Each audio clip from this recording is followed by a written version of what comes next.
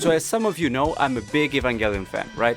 So color me impressed when I come across the Evangelion store, which sells merchandise based on the anime. Among them is an arcade stick. I fell completely in love with the thing, so hey, I actually got the damn thing. I'm getting matchup checked by a freaking box. There's some stuff written in Japanese, but it looks pretty cool. Okay, this can go... Okay, there you go. I can see the head. It's a little boy.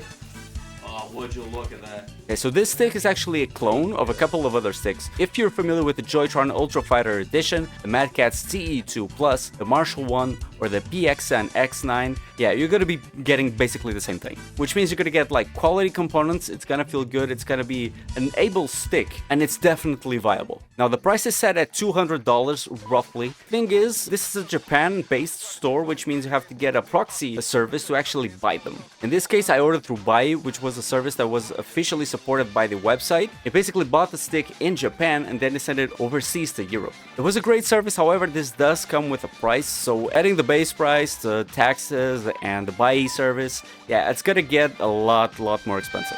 However, it's very easy to use. It just sits very nicely on your lap and you can just like plug it in and you're ready to rock in some combos. Now, talking about specifications, it is a Sanwa stick, and not only in stick but in buttons as well. Me personally, I think the Sanwa buttons are a little bit too sensitive. It could come in clutch in certain situations, for example in Street Fighter 6, but when it comes to getting DI, you need those really fast reactions. So the lower action of the button, it actually comes in clutch.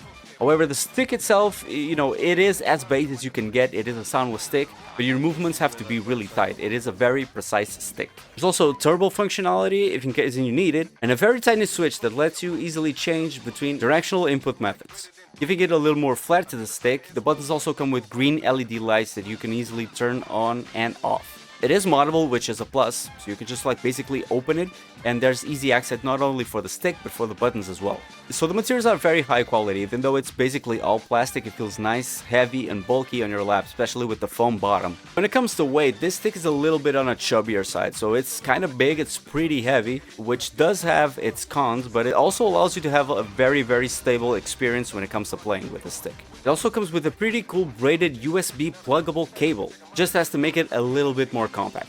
So the stick itself does have a lot of surface, so there's enough room for your wrists and your arms to rest. And with the easy removal of parts, it really makes you appreciate the high quality of this stick. But this stick is not really all sunshine and rainbows. For starters, it's not really compatible with the PS4 natively. You gotta get either a PS4 controller to plug it in on the USB port or one of these Magic Boot USB dongles.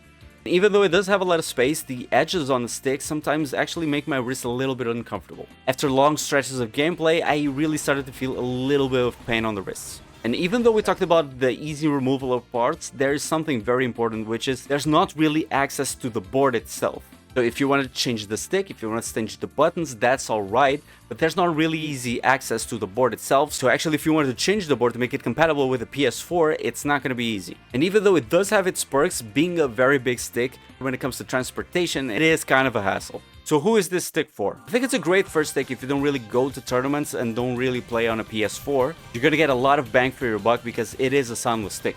So that being said, there are a few alternatives that actually cover a few of these problems that the stick has, but overall, I think this is the most important point of it all, if you're an Evangelion fan, I think it's such a great addition because it looks sick.